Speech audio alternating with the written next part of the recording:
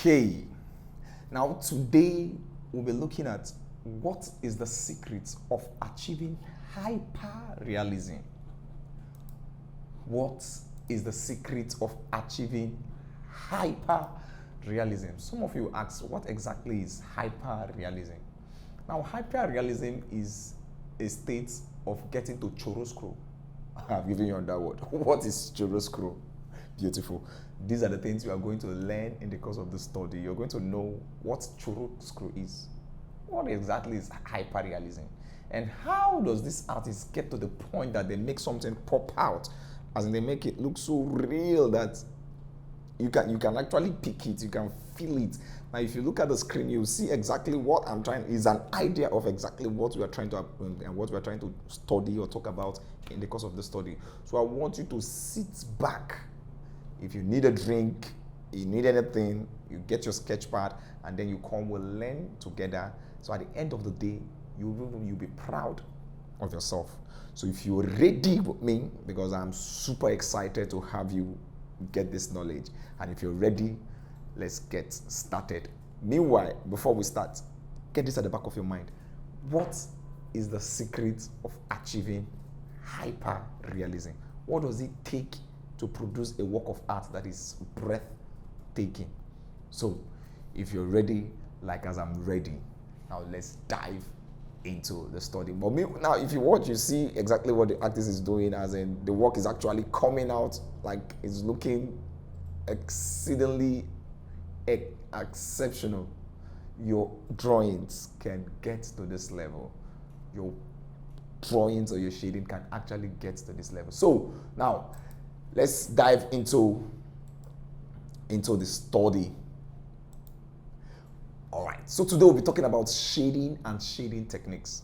Shading and shading techniques. Now, one of the secrets of getting into hyper-realism or hyper-realistic art is your art of what? Shading. Did you understand? Now, we're going to treat this word one after the other, bit by bit, till we get to the end of this. So by the time we get to the end of this class, your works sure will be hyper-realistic. And then you can actually stand and answer any questions, no matter where it's coming from. So without any further ado, let's check and see some of the objective of this class. Now, first you will learn what is the definition of shading. Now, you also learn the shading techniques. There are about 4 outstanding shading techniques, but inside these shading techniques, there are other sub shading techniques in them. So we're going to look at all these one step at a time. We'll also talk about blurring and rubbing method. We're going to talk about hatching, cross-hatching, all the different types of hatching method in shading. So these are the objective of today's class. Okay, now let's dive into the lessons. Now, my introduction. Now, before any drawing can be considered as a finished work of art, it should be shaded. Now, shading will bring out the actual form through graded tones that is applied with pencil. Most times, listen, don't get this wrong, you can actually achieve shading too with your color. Now, shading is also applicable to painting, where tones of colors are used to depict what? Forms. Shading enhances the beauty in any given work of art and then crescendo the work into what? Hyper-realistic what? State. Now, the only secret of getting a work from normal form 2-dimensional to 3-dimensional and hyper-realism or hyper-realistic state is what? Your approach in shading. These are the things we are going to break down in details so that you get this in full. All right, now, what is the definition of the word shading? What is shading? Now, this is the application of tones from light to dark to bring out the solidity and roundness of form in any given composition, either in painting or in drawing. Hey, Mr. Christopher, you're rapping. Stop rapping. Can you define that again? Yes, that's what you're asking. All right, now let's take it. I say, this is the application of tones of color from light to dark to bring out the solidity and the roundness of form in any given composition. It could be in painting or in drawing. Now, for your drawing to be round, to be 3-dimensional, just like the video you watch in the introduction section, now that drawing must be well shaded. Now, the shading, we have different forms of shading and different types of shading. Now, there is a point where you get to in that shading, you will hit the climax. Forgive me, there's a word I wanted to use, but I won't use that. We're in class, we're in class, so I won't use that word. You can think whatever you want, but now there's a point you get to, and then it's like you're in heaven. Holy Spirit, you don't want to come down. Now, that point, we're going to explain that, and then you will know exactly what is the state and the name of that state. All right, now let's look at the next slide. Now look at what you have there. What can you see on your screen? Did I hear you say pineapple? Banana. My daughter will call it anana. So we have anana, and then we'll have apple, and any other thing you can think of, around. Now, this can only be achieved with shading. Now, the choice of shading will determine the outlook of your work.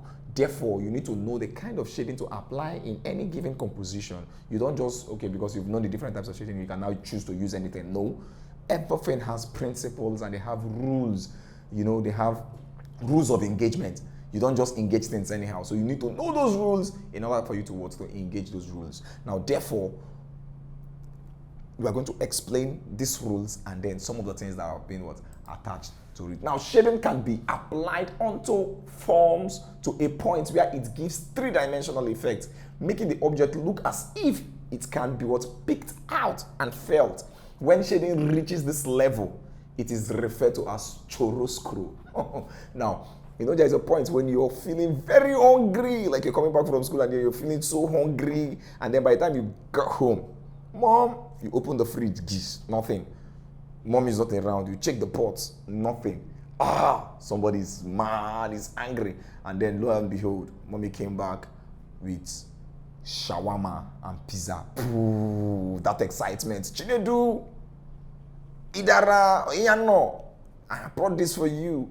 Now that excitement, that peak in shading, when you get to that peak where you have that joy, is called what? Chiaroscuro. It's called chiaroscuro. So it's an Italian word. So, and I will tell you now, beautiful. Look at the drawing you're seeing. Now that drawing has gotten to that peak. Somebody can actually bet his life that this is not a drawing, that is a photographical image. But I put it to you that that is a work of art that is shaded. Now this drawing got to the state of what? Chiaroscuro. Where, man, you can actually say, man, it is finished. It can't be better than this. It can't get better than this. But do you know one funny thing about art? There is no finished artwork. Artwork is finished only when the artist says it is finished. Because to every artwork, you can actually improve on it. But then, we have what we call the point of elasticity. For those of you that study economics, the point of elasticity and then diminishing return.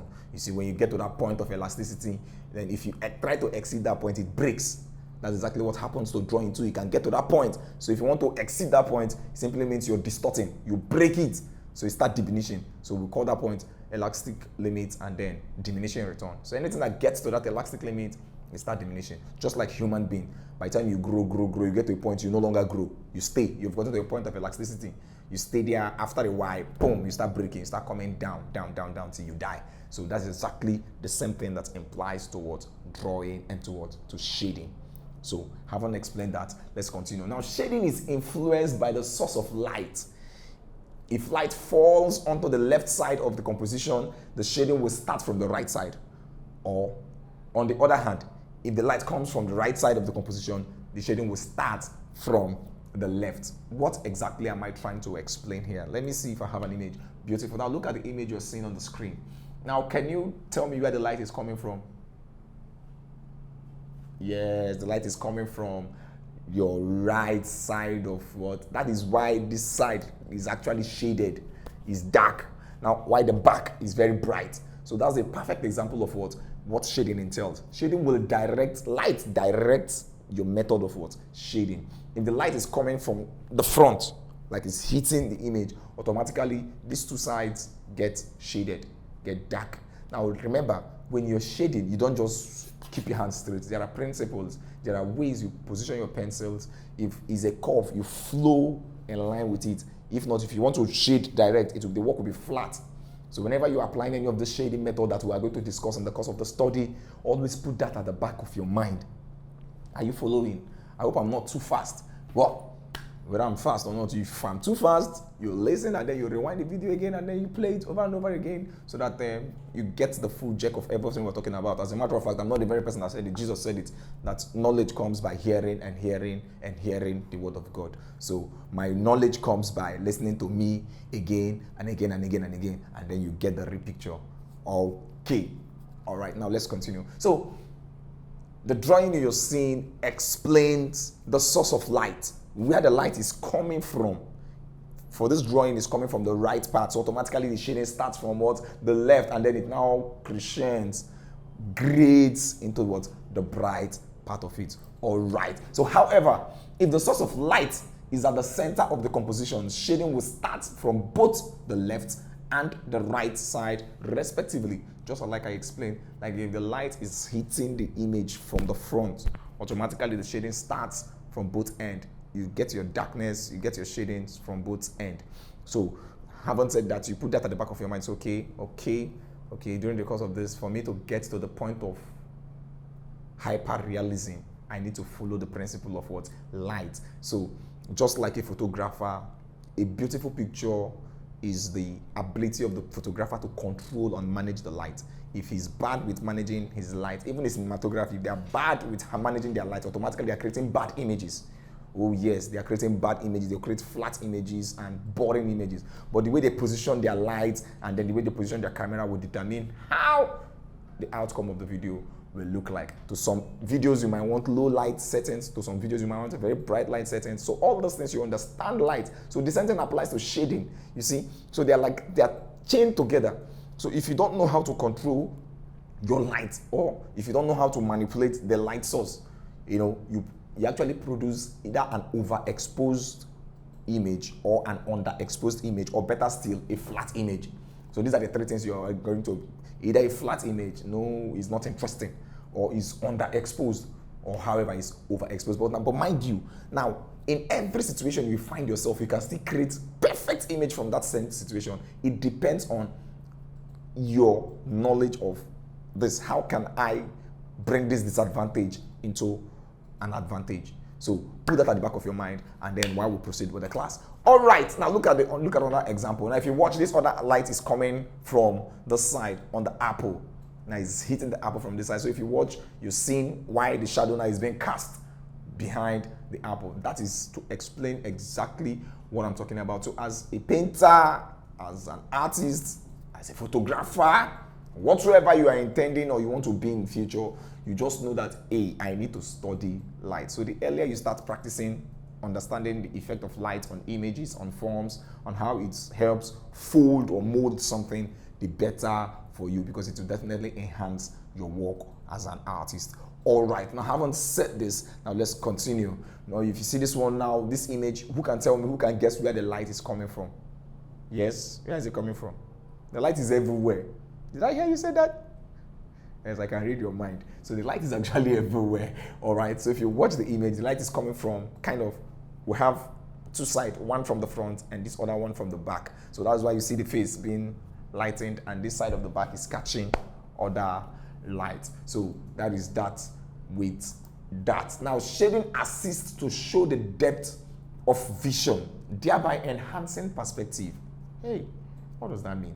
Shading assists to show the depth of a vision and thereby enhancing what? Perspective. Now, if you're drawing and then you don't know the simple laws of perspective, this is another way you can actually produce a work of art that is hyper-realism. Remember, during this course of the study, the first question I asked is, how can one, make a work of art hyper-realistic?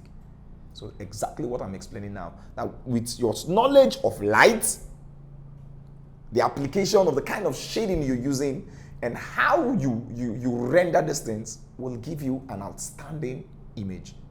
So having said this, now we are now studying the effect of light. Now I'm telling you now that for you now to have hyper-realistic kind of image, you should also learn how to how to project depth of vision, introducing depth of field, you understand, and perspective in your work of art. Now when I talk about perspective, it means how you perceive something, how you're seeing that thing, your point of view. I guess we've talked about perspective in our previous study, so you can go back and watch that video on perspective so you understand fully. We have different types of perspective. We have the area perspective. That's not what we're talking about in this class, but since I've mentioned it, that's why I'm talking about it. Now we have the area perspective, we have the linear perspective. These are the two major types of perspective. You can go and listen, watch the video, and then grab all this information. They are all together, because it's like you trying to grow overnight. No, you take breast milk. From breast milk, cereal, you start bringing, and then by the time you bring all this thing together, you have a grown man. So that is exactly what this is saying. So that you need to know how to play around with your depth of vision, because the shading will help to assist your depth of vision, thereby enhancing your perspective in drawing. All right, now let's see this video, and then so that you understand exactly what I'm trying to explain. Now, if you watch, initially it's a flat work of art. Now the artist started introducing dark to it, and he started crescending from grace to grace, picking one item after another. Now look at the tree he has added, and then if you watch at the extreme, you will see the effect of light on that tree. You see, now we've not started talking about the types of shading, but during the course of this study, I'm going to explain the different types of shading, so that will not help you to understand, okay, it is because of what he's drawing that made him use this kind of shading for this kind of drawing. Now, if you follow again, let me pause this video and show you something. I just wish I can actually zoom. Now, if you follow again, you'll see he allowed light to hit on this part of the tree to tell you that the light source is coming from this angle. You see, the light source is coming from this particular angle. So now if you watch even the same thing, because he has it at the back of his mind, now everything is drawing. If you watch, all the light is coming from this part, while this other side, they are being shaded. Like I said, if the light source is coming from the right, the shading starts from the left. If it's coming from the left, the shading starts from the right. So automatically this image, the light source is from the left. That's why the shading is coming from starting from the right. So that is exactly and then based on his shading techniques, you see he has actually depicted perspective.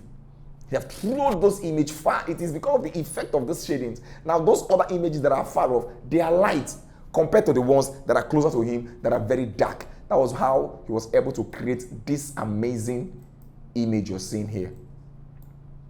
This amazing image you're seeing here. So just understanding this principle, the effect of light, and then the kind of shading you are to use in any given work of art will actually enhance your drawing or your shading to achieving chiaroscuro.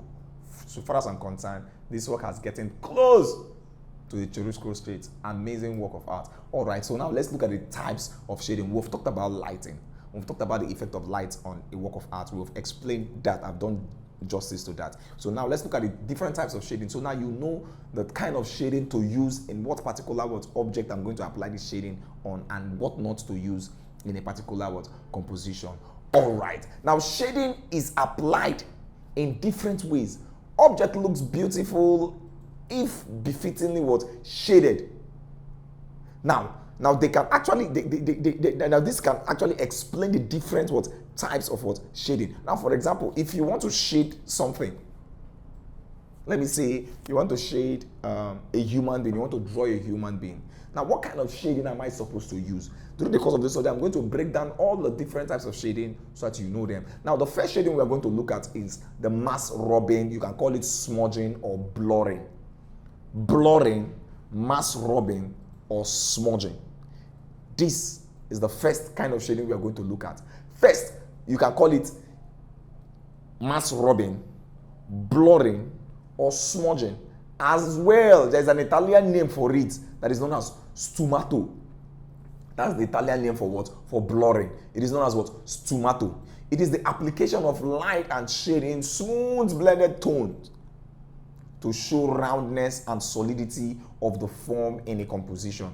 To show roundness and solidity of a form in a composition. That implies that it is used to show roundness, curves. The face of a human being, is made of curve. The body of a human being is made up of curves. So therefore, for you to draw, now that does not mean you cannot use all that kind of shading, but for you to get to the chiaroscuro level of shading, the best kind of shading techniques you have to use is known as what? The blurring the stigmato, the smudging, or the mask rubbing. So in your WAEC, they might ask you, one of these is the best techniques for shading a human being. So what then in your answer option A, they say cross hashing, hashing, pointillism, and smudging. Uncle, auntie, don't just go and be looking for blurring or stigmato or mask rubbing. So whenever you see smudging, you know, okay, they are referring to what? Blurring. You see stigmato, you also know that they are referring to blurring. You see mask rubbing, you also know that they are referring to blurring. So just bear this at the back of your mind. Somebody will call it tautology. Tautology is the act of using different names to classify a given thing, one thing.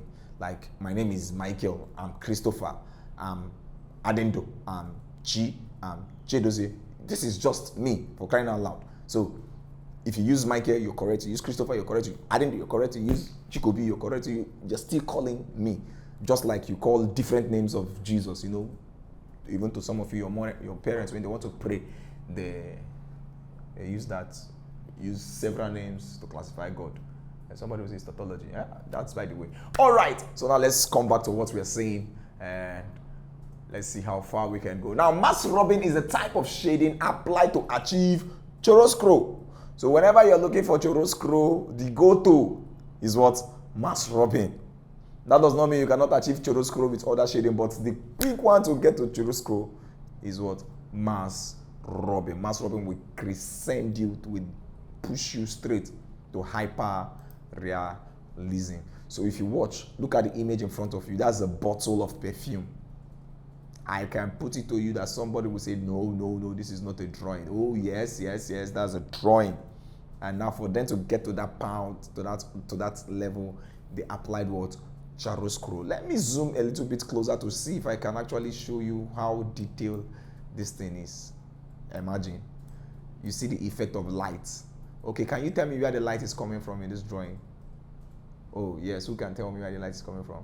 Now the light is coming from this angle. That is why the light, these places, they are like kind of lighter. It's coming from from here. So that's where the light is coming from. So little wonder these other places, they are dark. And then the reflective index, by the time the light hits on the background, it will now reflect to give you this reflective. We are going to talk about all this in the course of the study. But this is what a chiaroscuristic kind of drawing, shading rather. So bear that at the back of your mind. That one of the shading method that will take you to chiaroscuro is smudging or blurring. Now, definition of chiaroscuro. What exactly is chiaroscuro? Now, this can be referred to as the end point of shading. It is a state whereby shading has gotten to its end point, its point of elasticity, which is known as what? The hyper-realistic what? Kind of what? Shading. So chiaroscuro is the end point of shading. All right. So now let's go further and explain the mask rubbing. Now, mask rubbing will be greatly appreciated when it is applied on forms with round shape, like I explained, objects characterized by curves and wavy lines like oranges, animals, human beings, birds to mention. But if you anything you can think of that is round, like this mouse, if you want to shade this mouse, what will give you a befitting kind of shading is the mask rubbing, blurring, smudging, or stigmato. Okay. Now look at the image. Oh yes. Somebody is closing his eyes. My friend, look at that. Look at it. Yes, you're an artist. So you need to learn the anatomy of a human being. So for them to get to this state, the only thing that can give them that it's look this real and even seductive is because of the kind of shading they use. Now, I just have to zoom this closer so you understand how smooth and how even it is. You might even think that this is a picture. No, this is not a picture. This can only be achieved by, knowing how to use your pencil and your shades well, and then applying the right tonal gradation on anything you are doing. All right, if you watch the light, if I ask you where this light is coming from, where exactly would you say the light is coming from? Think about it and then give me the answer. All right, so now let's continue. Okay, so before I continue, I want you now to see this drawing, of a human finger. Now, if you watch, the artist took his time first of all, like I told you in our previous class when we were talking about drawing, that's on that video I want you to go and see too. It's on that interesting video. You know, you first of all, you draw you get the skeleton of your image first, faintly, and then you start applying your tones. After getting that, you draw them out, and then you start applying your tones of colors. Now you take your time, and the way you hold your pencil determines the kind of shading at the end of the day you're going to achieve. So now, if you watch, what he's using is a different kind of shading. Don't worry, I'm going to talk about that kind of shading that he used to achieve what exactly he just achieved. So now these are some of the drawings, some of the images, you can actually achieve with the different kind of drawing we are to discuss in the course of this study. All right, let's continue. Now, okay, I guess that is actually the end of today's class for this section. In our next class, we are going to talk about the other kind of shading. Now, but for this class, we've done details, or we've done justice to the other few, to the first two. So in subsequent class, there is a lot to cover in the course of this study. All right, so now let's look at what we have talked about so far. First of all, we talked about the definition of shading. Now, after talking about the definition of shading, we now talked about the different types of shading and the shading techniques we have, and then which I went further to break down in details what blurring is. I gave us different meaning or different names of blurring and the different types of blurring. Now we looked at the different images you can actually apply this method on, which I showed you different images. I showed you the image of a perfume bottle. I showed you the image of a hand. I showed you the image of a human backing. I showed you the image of a wine bottle on a wine jar. I showed you the image. I showed you a lot of image. So all this now will help you understand exactly what blurring is all about and what blurring is for, and the kind of shading that is befitting to get to what chiaroscuro. We actually explained exactly what chiaroscuro is, and then how not to, use chiaroscuro and how to use chiaroscuro. All right, haven't said this, let me ask you some simple questions based on what we've discussed. So this is the time for Q&A. Now, first question I will ask you is, what is the definition of the word shading? What is shading? Oh yes, I defined shading. I could remember I repeated it over and over again. Don't go back to the video, but you can actually go back if you have forgotten the definition of the word shading. All right, I want you to answer that question. Now, the second question I want you to look into is mention two shading techniques. I want you to look at this and then mention the two different shading techniques we've talked about in the course of the study.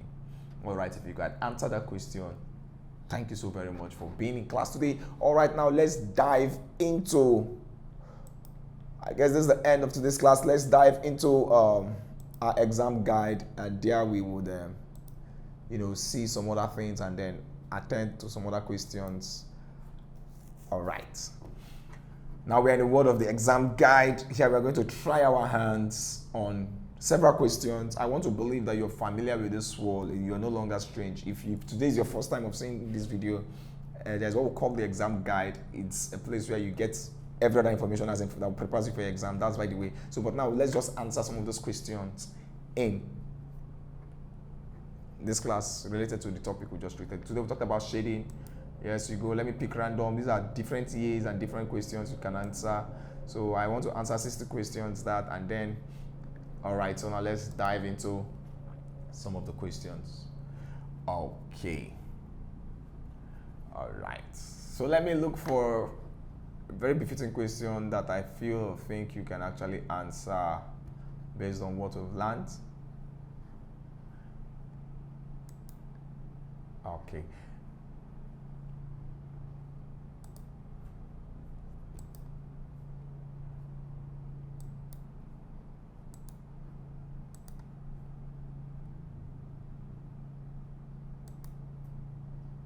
Okay, now let's see question number 6. Let's try our hands on question number 6. Shading is otherwise known as dash in art. Shading is otherwise known as dash in art. A, is it beautification? B, is it blending? C, is it decoration? D, is it ornamentation? And E, is it tonal value? So now if you say it's decoration, then you're wrong. It's not decoration. If you say ornamentation, ornamentation is eventually the same thing with decoration. Now the answer is the tonal gradation or tonal value. So tonal value is the correct answer, which is E. E is the very correct answer for this particular question. So it is not beautification, it's not blending, it's not decoration, it's not ornamentation, it is what? Tonal value. All right, let's see if we can attempt another question. Okay. Okay, now smudging, shading can be achieved by rubbing on with the following, except smudging. Remember, what is smudging? Smudging, I told us, is blurring. Now, how do you achieve blurring? It is you use your hands to blend. You can, after shading, you use your hand to blend it so it to be smooth. It's called what? Blurring or smudging. So how can it be achieved? It can be achieved with the following, except, the question is, can be achieved with the following, except A, they say brush. Can smudging be achieved with brush? B, they say fingertip. C, your hand. D, a piece of foam. And E, rag. So how can you actually achieve smudging? Can you achieve smudging with brush, your fingertip, your hand, a piece of foam, or rag? How can you actually achieve blurring? So what do you think the answer will be in this question? For me, I won't say brush, because you can't. Oh yes, you can achieve smudging with brush. So let's take the answer to be rag. Why would I use rag when I have foam, when I can use my hand to blur? Using rag. Let's leave the answer as rag, but actually most times you can actually achieve blurring with rag. You can eventually achieve blurring with everything here, your fingertip. Okay, your hand. What does it mean by your hand? Well, let's leave it with either rag or hand, because I know you can achieve it with all these things, but either rag or hand. All right, so now let's try our hands on the final question, and then we'll call it a day. All right, now let's see question number 15. Let's try question 15. A shading method by which an artist indicates dots on drawing objects is referred to as dash. Remember, we talked about types of shading. We talked about hashing and cross-hashing.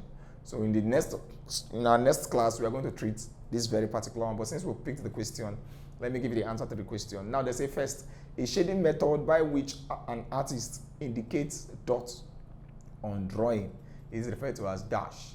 A, blurring. No. B, cross-hashing. No. C, hatching. No. D, pointillism. Pointillism is dots, like the name implies. So the artist can actually achieve that through what? Pointillism. That gives us the answer as number D. Thank you for participating in today's class. You can practice more questions using the exam guide. Now the app scores and give a detailed explanation of all the questions at the end of your practice test. Now you can learn a particular topic of interest with different modes like study mode, mock mode, and practice mode. It also have other features that make learning fun. Now, it is a must-have for all serious students.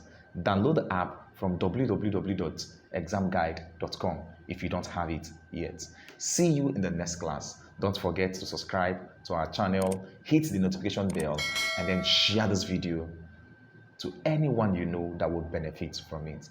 Thank you, and bye-bye.